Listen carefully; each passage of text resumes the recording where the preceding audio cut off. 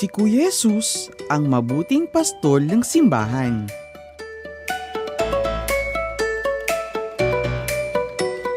Ang mabuting balita ng Panginoon ayon kay San Juan.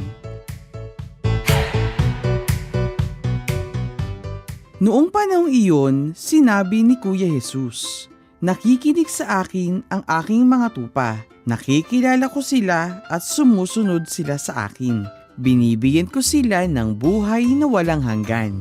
Kailan may hindi sila mapapahamak at hindi sila maaagaw sa akin ninuman. Ang aking Ama na siyang nagbigay sa kanila sa akin ay lalong dakila sa lahat at hindi sila maaagaw ninuman sa aking Ama. Ako at ang Ama ay iisa."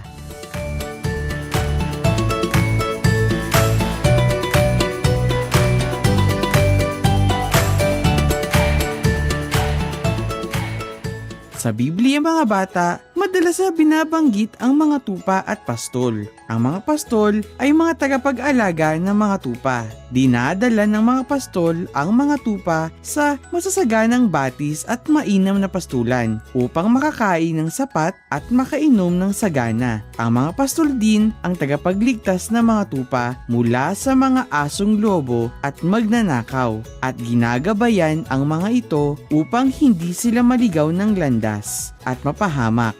Dahil dito, alam ng mga tupa ang tinig na kanilang pastol. Sinusundan nila ang kanyang tinig at sumasama saan man sila dalhin.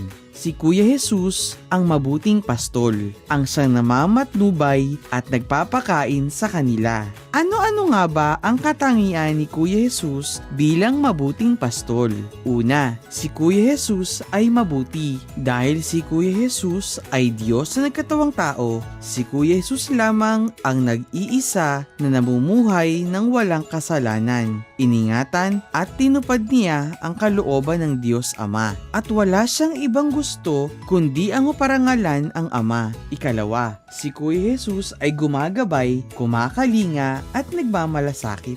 Ginagabayan niya tayo upang marating natin ang pinakaganap na pastulan, ang langit sa piling ng ating Ama. Sa kaniyang pagpapagaling sa mga may sakit, pagpapalaya sa masamang espiritu at pagpapatawad sa mga makasalanan, ipinakita niya ang kaniyang pagkalinga at pagmamalasakit sa tao, sa katawan at sa kaluluwa. Ikatlo, si Kuya Jesus ay nag-alay ng kaniyang sarili sa krus. Ipinakita ni Kuya Jesus ang kaniyang pagmamahal sa atin sa pamamagitan ng kaniyang pagkakatawang tao at pamumuhay na kasama natin. At nang bayaran niya ang ating kasalanan na kaniyang dugo at inialay ang kanyang buhay para sa atin. Siya ay nabuhay na magmuli, umakyat sa langit upang makapiling ang kanyang Ama at namamagitan siya para sa atin upang tayo ay magkaroon ng magandang ugnayan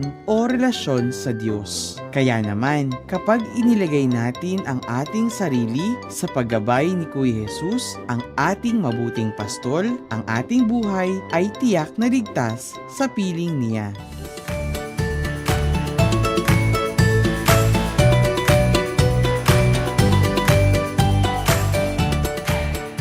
Mga bata, noong tayo'y bininyagan, napabilang tayo sa malaking pastulan ni Kuya Jesus na tinatawag nating simbahan.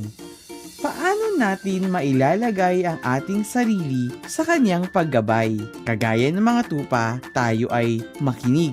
Alam natin ang mga turo at aral ni Kuya Jesus. Magbasa tayo ng Biblia, ng mga katesismo at makinig tayo sa homilya tuwing misa ng linggo at dumalo sa mga katekesis na isinasagawa ng ating mga katekista sa ating mga simbahan. At ikalawa, tayo ay sumunod. Sikaping tandaan at sundan ang mga aral at turo ni Kuya Jesus bilang pagpapakita ng ating pagmamahal sa Kanya. Tandaan ang Kanyang sinabi, "Kung iniibig ninyo ako, tutuparin ninyo ang aking mga utos."